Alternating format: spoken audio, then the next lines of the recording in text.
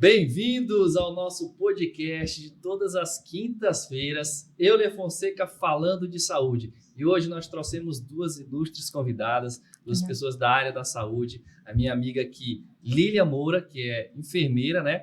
E coordenadora das doenças crônicas. Isso né? mesmo. E também a Elaine Moreira, que é coordenadora da saúde do homem. E hoje, né? Nós já estamos, né? Agora no mês de novembro azul.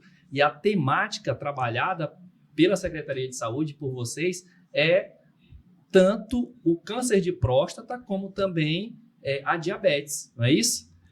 Isso. Começando por você, minha amiga. Como é que estão sendo essas campanhas, essas ações que a Prefeitura tem desenvolvido, que vocês estão à frente?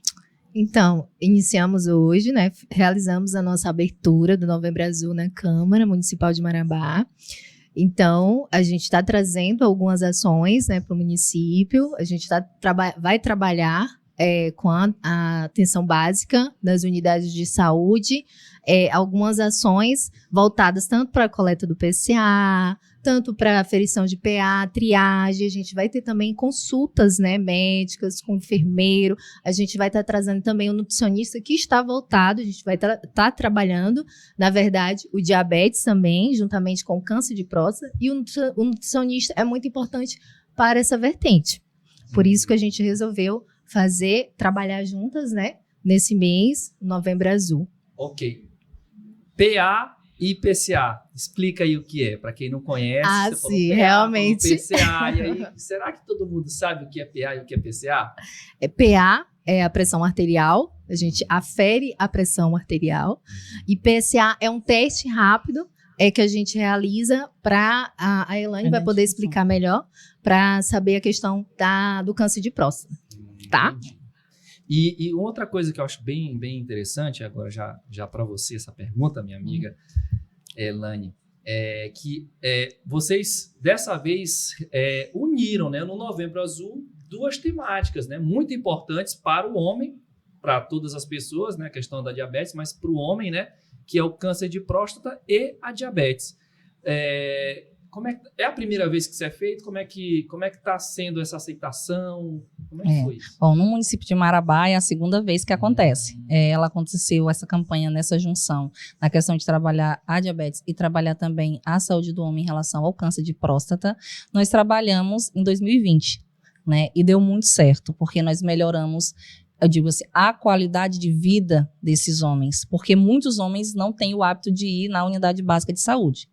Né? Mas quando é o período do Novembro Azul, eles têm já esse clique, digamos assim, vai ter a campanha, então eu vou na UBS. Eu não estou doente, mas é um período de campanha, no entanto eu vou ter lá outros serviços a serem ofertados, além da coleta do PSA, que o PSA nada mais é do que um líquido que fica na próstata, e esse líquido que a gente chama que é o antígeno prostático, que é o teste que nós fazemos para saber como está o nível prostático deste homem. Então, isso é diferenciado. Quanto o nível estiver muito baixo, aí a gente vê a questão da acidez nesse organismo do homem, pode ser aferido, e aí isso vai acometer dele estar com algum problema na próstata. E vale ressaltar que nem sempre o PSA alterado, que nós digamos, é um direcionamento para uma neoplasia. Pode ser outro tipo de inflamação na bexiga, que também pode afetar a questão da próstata, pode ser outro tipo de inflamação no trato urinário desse homem. Então, não é só a alteração do PSA, não é apenas pela questão de ser uma neoplasia. Certo. Além do PSA, a gente sabe que tem o exame do toque, né? Qual exame precede? Deve ser feito primeiro ou não importa? Como é que é isso? Olha, na hora que o médico, o clínico geral, que é o que nós utilizamos hoje na atenção básica, ou a atenção primária, como queiram, faz esse acompanhamento desse homem e ele identifica ou faz algum tipo de reclamação ou pontua algum tipo de dor na região abdominal e toda aquela outra área que é direcionada para o homem, aí a gente indica o quê? Um PSA. E esse PSA ele é feito no sangue.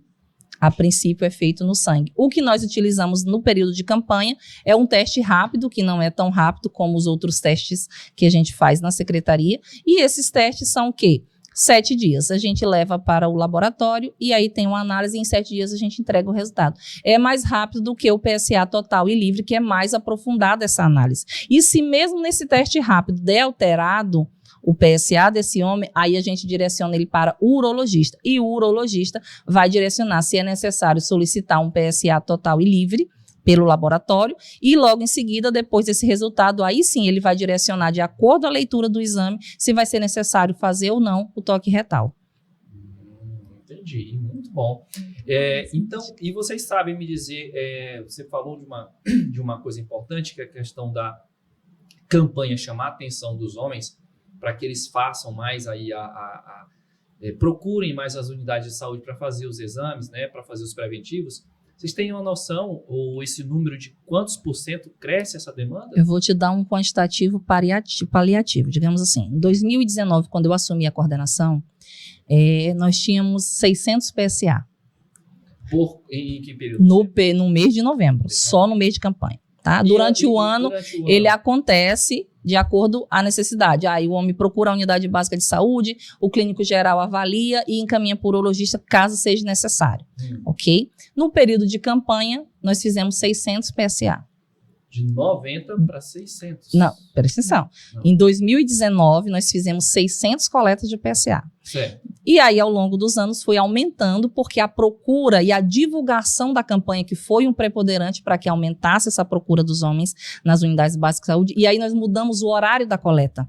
A coleta antes era feita no período diurno, né? Que é o período que as UBS estão abertas, das 8 da manhã às 18 horas. Então, nós passamos a entender que o homem é o quê? É o provedor da casa, tem outras nuances que ele faz que acaba impedindo que ele procure a unidade básica de saúde no horário de atendimento normal. E aí, no horário comercial, o que acontece hoje? Nós fazemos a coleta no período noturno. Eu consigo garantir para esse homem que ele saia do trabalho e tenha esse atendimento no período noturno, das 18 às 22 horas. Então, nos 3 últimos anos, a campanha tem acontecido noturnamente e tem sido muito aproveitada pelos homens que têm procurado a UBS. Nós, ano passado, tivemos 2.144 coletas só no mês de novembro. Então, de 600 em 2019... para 2.144 em 2022, então é um avanço muito grande. E isso porque a nossa faixa etária, nós usamos o que o Ministério determina, que é de 50 anos mais. E esse ano nós queremos trabalhar com 5 anos a menos, devido a alguns casos que nós identificamos. Mesmo a pessoa já, Elane, eu não tenho a idade que vocês colocaram na campanha, mas eu tenho um irmão, eu tenho um tio, eu tenho um parente que é muito próximo, que isso é a questão genética. Então, por ele ser muito próximo, acaba que a gente tendo esse cuidado, mesmo ele não estando na faixa etária indicada pelo Ministério da Saúde, a gente acaba fazendo essa coleta por isso. Viu, Alex? O Alex, eu fui no urologista algumas semanas atrás, e aí perguntei para ele, né, se estava na hora de eu fazer o exame. E ele falou, não, ainda não está na hora não. E o Alex, aí agora vocês estão falando, né, que a recomendação é 50, né? E ele queria... Tá vendo, Alex? Pelo Ministério, 50 anos, tá? Eu leio mais... Como eu não tenho nenhum caso, né, de a gente câncer, faz mas a gente dos 45 anos. A campanha nossa é a partir de 45. Isso. Caso ele tenha um histórico familiar de câncer na próstata ou qualquer outro tipo de câncer, tá? E aí o outro fator preponderante, se ele for tabagista, então isso infere para mim, já me acende um sinal vermelho, preciso fazer a coleta do PSA dele com 40 anos. E aí nós já tivemos casos aqui que nós identificamos, ele fez uma coleta conosco há uns anos atrás, e na época ele tinha só 35 anos, totalmente fora da nossa faixa etária, que é determinado tanto pelo Ministério da Saúde quanto pelo INCA, que é o Instituto Nacional do Câncer, porque o Instituto Nacional do Câncer diz que tem 20 anos, 22 anos, 25 anos já pode fazer se ele tem um histórico familiar. Isso é o que o Instituto me diz. Mas, como o Ministério da Saúde dá outra orientação e é a que nós seguimos quanto SUS, então a gente, a partir de 50 anos. Como o município de Marabá, nós estamos próximo à linha do Equador, é uma região muito quente, e a gente sabe que não há tantos cuidados dos homens, e não só a questão do câncer de próstata nesse período, tá? A gente trabalha também a questão do câncer peniano. E aí onde tem ocorrido as intercorrências de homens terem o pênis amputado, ou parcialmente ou total. E aí entra outro fator também, que aí é onde a gente começou a analisar. Os homens estão amputando, às vezes não é só a questão do câncer peniano, mas o fato dele já ter a comorbidade da diabetes. Quando tem a comorbidade da diabetes junta com câncer, aí vai ter que amputar. Nossa. Tem esses porque critérios. Tem a sensibilidade, né? O diabetes traz a sensibilidade. Já ouvi falar que um diabético, Lili, eu não senti. Os meus pés machucaram e acaba chegando a ter amputação desse membro. Mas é por causa disso, porque a diabetes afeta os nervos.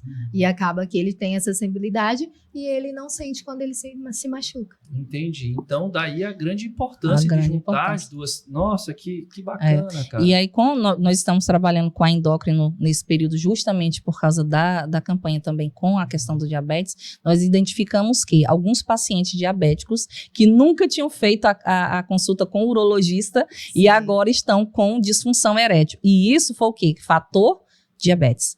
E aí a gente encaminha para o urologista. E é encaminhado pela endócrino. Nossa. Então a gente tem essas situações que a gente já começou a identificar no município. Entendi. E aí nós... Essa recomendação, ela vem do Ministério da Saúde ou é uma iniciativa do município de Marabá de fazer esses dois temas juntos? É do município. É do município. Nós trabalhamos assim de lado a lado, literalmente, nossas coordenações. Colegas. Somos colegas de parede, digamos assim. Nossa, e aí a gente acaba discutindo os casos juntos. Então, assim, Marabá está sendo, né, acaba sendo assim, despontando na frente, né, nessa questão que eu acho importantíssima. E eu, assim, achei maravilhosa essa ideia de juntar as duas coisas, porque realmente uma coisa está totalmente ligada à outra. E eu agora fiquei nessa dúvida, né? E sabendo que veio parte daqui de Marabá, dos profissionais de saúde de Marabá, a gente pode ser referência para o Brasil e para o mundo, né? Nesse combate, nessa... Poxa, muito bacana, parabéns. Hoje nós temos, assim, com dados, eu digo dados precisos, 134 pacientes sendo acompanhados via TFD, tanto em Tucuruí quanto em Belém, pacientes oncológicos, e todos foram identificados na atenção básica. E aí foram direcionados para o urologista. Então, isso quer dizer que o trabalho da atenção básica e da atenção primária, que é justamente trabalhar a questão da prevenção e promoção em saúde, tem sido um fator preponderante para que Marabá, eu digo o estado do Pará, consiga reduzir os casos de câncer de próstata. Tanto que o estado hoje, que foi um dado passado pelo nosso coordenador estadual da saúde do homem, o Pará reduziu 56% de casos de câncer de próstata. E isso se deve a quê? Campanhas, conscientização, a educar o nosso povo para que eles possam procurar o UBS como parte preventiva. Esse é o fator preponderante para que diminua esse quantitativo de pessoas adoecidas. E esses dados, esses números, vocês repassam ao Ministério da Saúde? O Ministério da Saúde tem noção, ciência de que vocês estão fazendo essas ações aqui e dos resultados que elas estão produzindo? Com certeza. Sim, né? Porque tudo hoje é linkado. Nós temos o PEC, que é o Prontuário Eletrônico do Cidadão, que é o que nós utilizamos nas unidades básicas de saúde, e nós temos o e-Gestor, né, que é o programa do governo federal que consegue captar tudo que é feito nas atenções básicas e na alta e média complexidade. Que bom, e o município recebe também por essas ações. Por essas ações. Por isso que a gente uniu forças para que a gente também receba, que o município receba. No último podcast que teve aqui, né, da semana passada, que eu trouxe o Gilberto, o Gilberto é profissional de educação física, e a gente conversou muito sobre, a gente acabou falando sobre a questão da prática esportiva, de investir mais no esporte para tirar essas pessoas da fila dos hospitais. Sim. E a gente acabou falando de um ponto que é um gargalo aqui na cidade de Marabá, que é a questão da estrutura da saúde, né? E também do fato de Marabá ser uma cidade polo também de receber demanda de vários outros municípios. 22 municípios. 22 municípios, apesar de que há um repasse, mas é insuficiente para custear toda a despesa. Então, hoje, Marabá tem uma carência de estrutura física, eu diria, né? Questão de um hospital maior, de pontos de UBSs, de mais UBSs, mas, assim, de fato, o que a gente vê nas UBSs, quando a gente precisa, na atenção básica, é que é um trabalho muito bem feito. Sim. O atendimento é muito bom. E a gente falando com vocês aqui, aí eu tenho acesso, e essa é a minha visão enquanto usuário. E aí, conversando com vocês agora, e tanto eu estou sabendo, como as pessoas que estão aqui assistindo a gente, o quanto é mais ainda profundo do que eu imaginava, né? O quanto é estruturado, né? E realmente produz bons resultados. E assim, Euler, nós temos hoje em relação ao quantitativo de unidades básicas de saúde. Nós temos 14 só na zona urbana, sendo que vai inaugurar uma agora, sexta-feira, vai reinaugurar. Né? Porque, não, é a Liberdade. Emerson Caselli, que é onde nós temos 4 estratégias de saúde da família. É um dos postos que mais tem um quantitativo de pessoas, uma área muito grande que eles cobrem, 9 bairros. Então, assim, ver que a gestão ela tem essa preocupação, sim, em melhorar a questão estrutural das nossas unidades básicas de saúde. Sim. Tanto que hoje nós temos 14 na zona urbana e nós temos 11 de zona rural. Então, são 25 unidades básicas de saúde. Claro que nem todas elas ainda estão com estratégia de saúde da família, que é onde hoje também passa pelo Previne Brasil, que é o que custeia a atenção básica do município. E mesmo assim, a pessoa, ela estando ou não em área coberta, que nós chamamos, ela não sendo de área coberta, ela continua sendo atendida pela unidade básica de saúde. Não vai ter aquele acompanhamento, porque tem um quantitativo preciso por estratégia de saúde da família. Mas a gente tem esse cuidado de também atender aqueles que não são assistidos com as estratégias. Então, tem essa fala que a gente tem que sempre pontuar. Marabá hoje tem uma área coberta que é pontual, sim, faz toda a diferença. No entanto, a gente ainda precisa avançar na quantidade de estratégias de saúde da família, mas isso não cabe à gestão municipal determinar quantas estratégias Marabá precisa. A gente faz uma solicitação para o Ministério da Saúde e depois eles fazem uma análise e vão ver quantas unidades eles vão liberar para nós, quantas estratégias de saúde da família. Então, não é um dado que perpassa, que às vezes muita gente fala, eu preciso construir uma unidade básica de saúde no meu bairro, mas aí, pera lá, como é que o IBGE somatiza isso?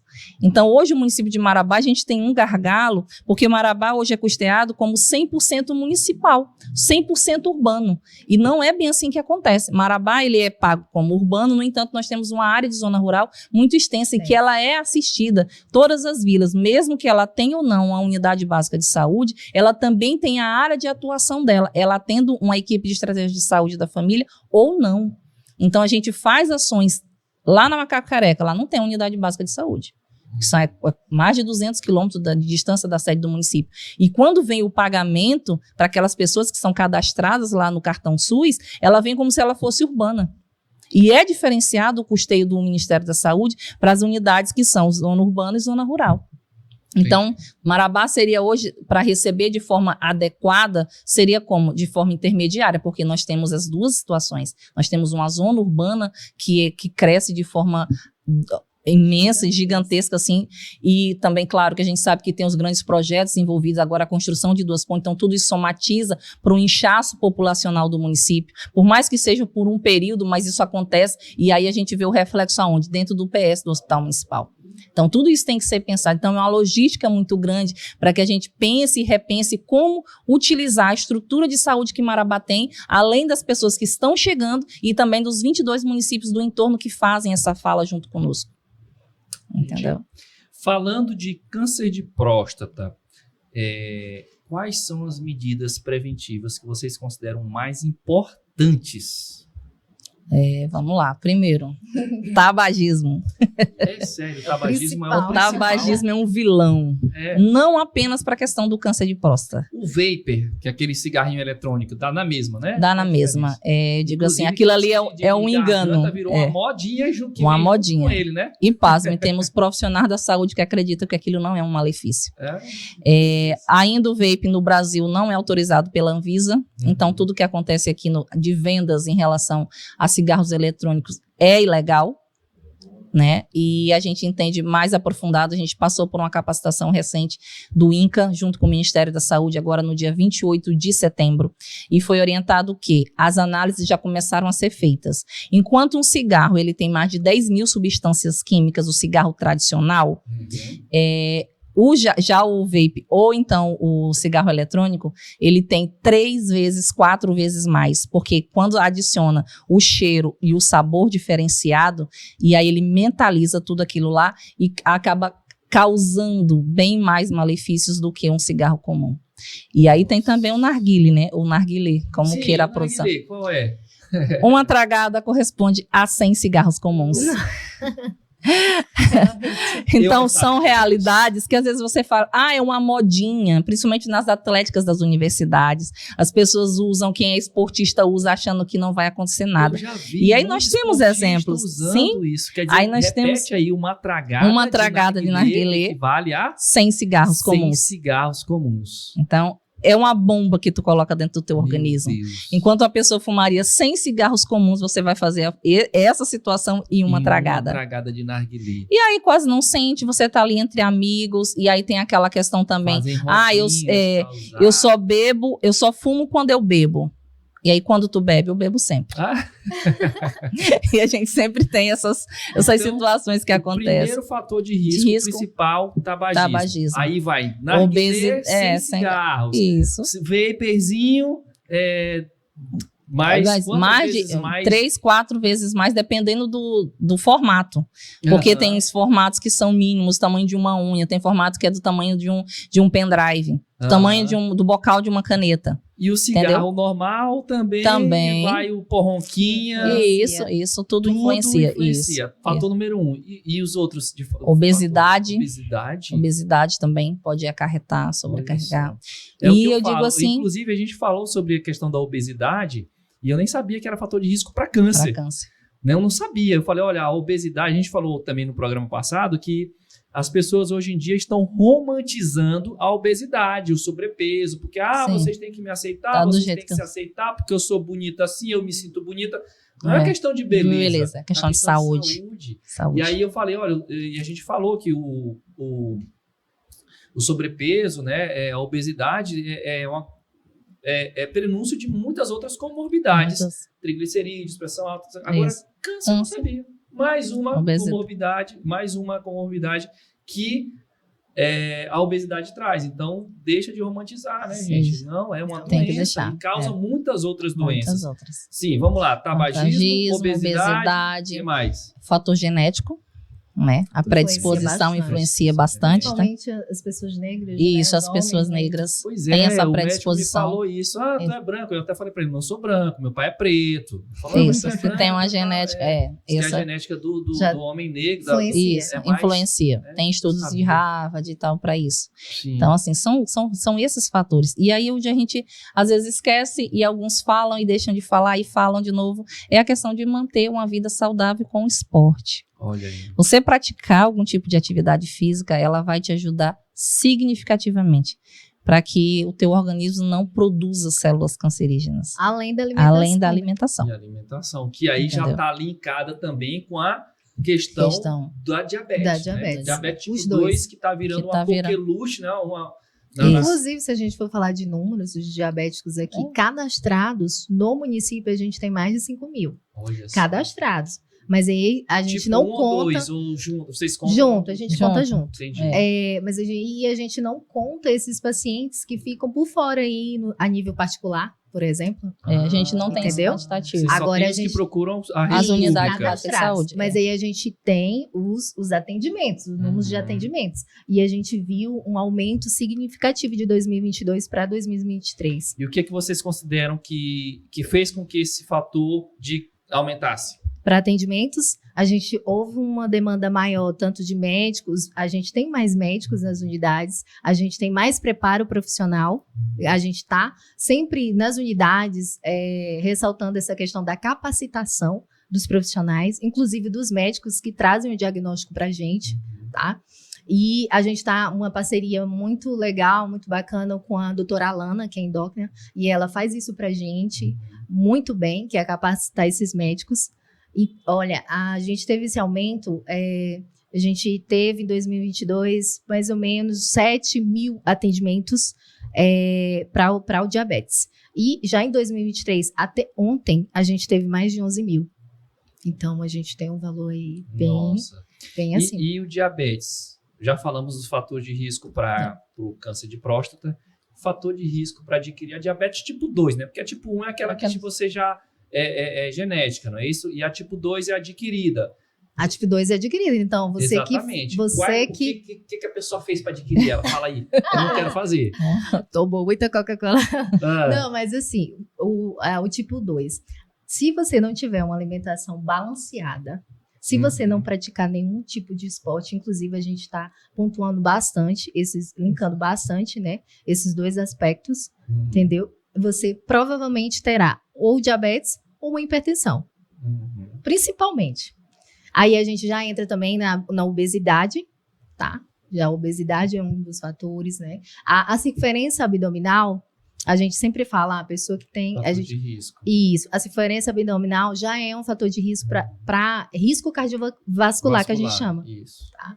E é muito importante ressaltar esse ponto. E é por isso que a gente está aqui falando de saúde e alertando você que está em casa nos ouvindo. Faça atividades físicas regularmente, alimente-se de uma forma saudável. É o quê? Tem gente que acha que se alimentar de uma forma saudável é luxo ou é caro. Primeiro, não é. Acho que a primeira coisa que a pessoa tem que entender é que ela tem que buscar informação. Informação. E um ponto importante que a gente está realizando agora é um projeto. A gente iniciou, certo. Tá? Esse projeto é atividade física na APS, na Atenção Primária da Saúde. Olha só. Tá? Aí são 5 unidades credenciadas pelo Ministério da Saúde. A gente tem enfermeiro Zezinha, Pedro Cavalcante, João Batista Bezerra, Carlos Barreto e Bico Doce. A gente está com apoio aí de 6 profissionais de educação física. Eles estão auxiliando a gente. E quais são as pessoas, né, que são indicadas para estar frequentando essas atividades? São as pessoas com doenças crônicas, mas a gente também convida as pessoas que querem se prevenir, porque a gente trabalha a prevenção, não é isso? Na atenção primária. Então, a gente está convidando essas pessoas. A gente tem muitos idosos que também faz parte da coordenação da Elaine, então a gente está sempre trabalhando juntas. Aí vocês têm um espaço na unidade de saúde? Como isso. É que funciona? O que a gente faz? Algumas unidades têm um auditório maior, como o Bico Doce, aí a gente está, como a gente está começando, a gente tem pouco público, mas aí o que a gente está pensando? Se houver aumento, algumas unidades, como a enfermeira Zezinha, na frente, né, dá para fazer ali. Sim. Tá? Essas atividades. Outras a gente vai solicitar apoio de ginásios, né? Já acontece no Carlos Barreto, né? Que já acontece no Carlos Barreto. A gente pediu um apoio lá do ginásio Erlon da Silva. Aí o professor faz nesse ginásio com os pacientes. Muito interessante, muito bom. A gente começou, inclusive, enfermeira Zezinha. No primeiro dia, foram 2. Dia 16, tá bem aí. Tá? A gente começou dia 16, que foi no JBB. Depois foi no enfermeira Zezinha. A gente começou com 2 pessoas. No último dia que eu fui, a gente tinha 15 pessoas. Olha aí. E assim, então foi de uma semana para outra. Vou dizer uma coisa para vocês. É porque vocês estão começando. Quando as pessoas começarem a ter ciência, a divulgação também ajuda muito. O pessoal lá do Alessandro, lá da já fizeram todo. Aí você vai ver que o negócio não vai dar para, assim, vai faltar vaga, vai faltar espaço. Porque aqui em Marabá, a gente percebe que as pessoas buscam, tá? Assim, comparando com as demais cidades que a gente anda por aí, aqui em Marabá a população tem uma consciência de buscar mais esporte. Lógico que não tanto quanto deveria. Assim, o ideal é que todo mundo faça isso. Mas a gente vê nas ruas as pessoas procurando caminhar, as academias aqui todas lotadas, né? Sim. E as academias públicas também, as pessoas sempre fazendo, mas ainda precisa mais. Porque quanto mais as pessoas estiverem fazendo isso, menos elas vão estar nos postos de saúde. Exatamente. Com certeza. Buscar remédios para doenças, eles vão estar prevenindo. E é interessante saber que vocês estão preocupados com isso também. Então, assim, realmente, o que falta de estrutura na saúde de Marabá, e eu não estou colocando política aqui, jogando para a culpa nas costas do prefeito, não, porque a gente sabe da dificuldade que é preciso, como você falou, parcerias, né? Do Estado, do governo federal, até porque Marabá é uma cidade polo, ela não recebe só o público de Marabá. Se fosse só a cidade de Marabá para atender a população de Marabá, a nossa estrutura era suficiente. Com certeza. Mas não é. São 22 municípios. São 22 cidades que migram para cá quando precisa de atendimento médico de média a alta complexidade. Como é que faz? Olha, aí em contrapartida, a parceria do Estado, né, com a construção da policlínica, é de criar uma ala para a parte urológica. Trabalhar tanto a questão não só do PCA, mas com o urologista para fazer tratamentos. Porque câncer nem sempre vai ser o câncer, como eu tinha dito anteriormente. E esse paciente, às vezes, pode estar com outro tipo de comorbidade. E aí ele vai ser tratado, né, de forma adequada numa ala de urologia. né, onde ele vai ter outros serviços. Né? E aí eu quero ressaltar aqui que nós tivemos um caso, eu digo assim, que fez o nome de Marabá ser elevado a nível estadual, que foi a colocação de um esfíncter, né, que é no trato urinário, para que um idoso que tinha feito já uma cirurgia, não teve sucesso na primeira cirurgia dele, então ele é até da zona rural do município, e esse idoso, ele fez uma reposição mecânica, e aí foi a primeira cirurgia no Hospital Abelardo Santos, em Belém, e ele, por ser paciente nosso, nós fizemos a captação quanto à atenção básica do município, e aí conseguimos organizar a vida desse idoso. Então, assim, ele está tendo uma qualidade de vida, porque antes ele usava uma bolsa. Olha, não é? que maravilha. Então, assim, a gente tem esse cuidado, e assim, são casos que chegaram na mídia, e aí chegaram de uma forma, às vezes, até negativa, mas aí conseguiu reverter esse quadro desse idoso. Não é claro que a gente sabe que a vida dele não vai ser 100% como antes, porque ele tem outras comorbidades, tipo diabetes e hipertensão. Olha. No entanto, a questão urinária dele, o trato urinário, ela está organizada agora. É isso. Então, é isso que Então, nós temos. gente, a gente está com pouco tempo corrido, porque essas moças aqui, foi difícil trazê-las aqui, porque elas são as coordenadoras do programa, né, do Novembro Azul, que é um programa aí da Prefeitura de Marabá. Então, elas têm muitas atividades aí, eu tive que ir lá raptar elas, né, elas já têm que voltar para as atividades. Tem muita coisa acontecendo, a gente falou aqui algumas coisas. Eu quero agradecer demais o fato de vocês terem disponibilizado esse tempo de vocês tão corrido. E a gente precisava falar com vocês. Se fosse outra época do ano, nem seria tão corrido assim. Mas a gente queria que fosse exatamente agora, porque até para divulgar também tudo isso que está sendo feito, né? Com relação ao Novembro Azul, atenção ao homem. Eu até falei do Outubro Rosa, eu falei, vou cobrar o pessoal do Novembro Azul aqui, porque o homem também tem que ser visto, também tem que ser cuidado, não é só a mulher, que a mulher deve ser cuidada também, mas vamos cuidar um pouquinho do homem.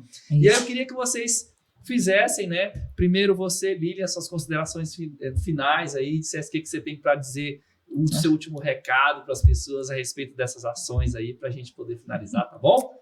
Então, gente, primeiramente quero agradecer, viu, pelo convite de estar aqui, falando um pouco sobre o Novembro Azul e sobre a questão do diabetes que a gente vai trabalhar, que é um problema de saúde pública, a gente sabe disso, a gente tem aí cerca de 13 milhões de pessoas a nível nacional cometidas por essa doença, então é um dado alarmante, a gente precisa falar disso, tá? A gente precisa estar atuantes aí nessa área, e a gente está fazendo isso agora, juntamente com a coordenação de saúde do homem, tá bom? E a gente convida a todos os homens que queiram fazer uma consulta, realizar uma consulta, fazer o seu teste, estar na... Lembrando que o horário é muito flexível, né? Lembra aí o horário que eu não sabia, mas um dado importantíssimo. A partir das 18 horas, aí a gente vai lançar, né, a programação nas redes sociais, todo mundo vai ter acesso, você vai procurar a sua unidade de saúde mais próxima de sua residência, vai lá fazer a sua consulta, o seu PCA, tá? Vem com a gente isso nessa aí, campanha. De 18 até 22, né, até Lívia? as 22. Olha aí, gente, é um horário muito flexível, né? Prolonga mais, e às vezes prolonga. Tá vendo? Não tem desculpa para não ir fazer os seus exames, para fazer o seu preventivo, para se cuidar. Não tem desculpa, né? Isso mesmo. Tranquilo. Agora então, você, Elaine, suas considerações finais.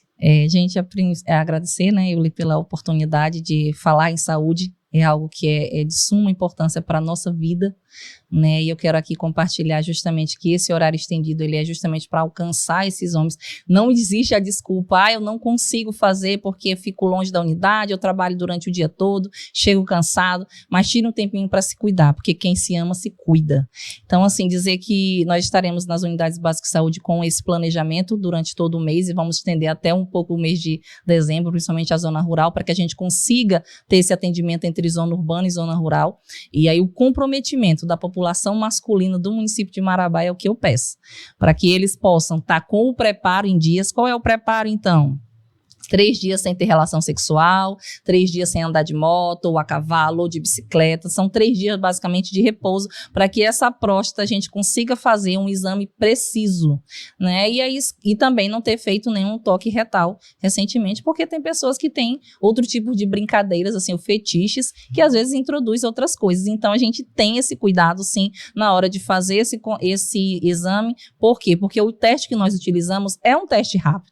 No entanto, ele tem 98% de eficácia. Então, se tiver alguma alteração na próstata, o exame vai detectar. E às vezes pode não ser nada, eu digo assim, de alarmante para esse homem, mas o fato dele não ter tido o repouso pode acarretar dele ter depois um problema de saúde mental por uma coisa que poderia ter sido evitada. Então a gente tem todo esse cuidado na hora de fazer a coleta, a gente pergunta, indaga mesmo o paciente se ele seguiu as orientações desse momento para que aconteça essa coleta de forma bem efetiva e a eficácia do programa ela aconteça. E aí também já frisar que nós temos na atenção básica, em parte de implantação, o pré-natal pai parceiro, onde nós conseguimos identificar esse homem que às vezes tem algum tipo de doença, seja ela sífilis, HIV e as hepatites, e aí a gente está conseguindo fazer esses testes em parceria. Claro que na hora desse pré-natal pai parceiro, esse homem, ele não precisa necessariamente estar com a esposa ao lado, porque a gente sabe que às vezes é uma coisa mais delicada e que esse exame ele é muito delicado em relação a esse cuidado. Então a gente tem esse cuidado de passar para esse paciente e ele ser acompanhado e até para ele também querer ser pai. Então, hoje as unidades básicas de saúde estão sendo implantadas também, digo, desde agosto do ano passado, o pré-natal pai parceiro. Olha só, mais uma inovação. Uma inovação. É daqui para o mundo, viu? Exatamente. Mas realmente. É até o Ministério da Saúde recebeu uma visita. O Ministério da Saúde ressaltou isso. Lília, parabéns. Vocês estão em primeiro lugar a nível nacional. Que massa. Gente, é ótimo a gente ouvir, né? Muito a gente bom. trabalha muito, mas é bom. Mas é bom parabéns. Fazendo esse programa aqui, eu tenho conversado com as pessoas da saúde de Marabá e tenho ficado muito impressionado. Realmente, o nível dos profissionais, não é porque vocês estão aqui, eu falei no outro programa e era um profissional da área de saúde, mas não era um profissional de educação física, né? Que é da saúde também. Isso. E falei, olha, eu fiquei impressionado com as pessoas que eu conversei aqui, que eu falei, com a qualificação, com a dedicação, porque realmente é uma profissão que exige realmente dedicação. E amor mesmo. E é o que vocês demonstram, né? Que tem amor pela eu sou da área da educação, eu sou pedagoga de formação. Sim. Primeira formação é pedagogia, depois gestão pública.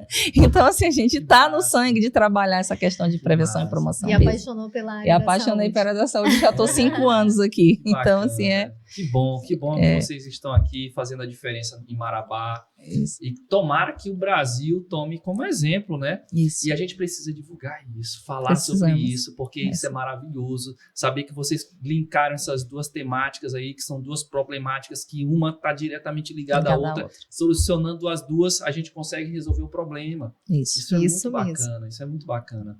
Então, a conversa tá boa, só que eu sei que vocês estão no tempo corrido, a gente já conversou sobre isso, e eu fico muito feliz em ter vocês aqui, agradeço demais. E Elaine, você também, teremos outros aqui, o conteúdo é vasto, né? Depois a gente vai ter outros assuntos aqui para conversar.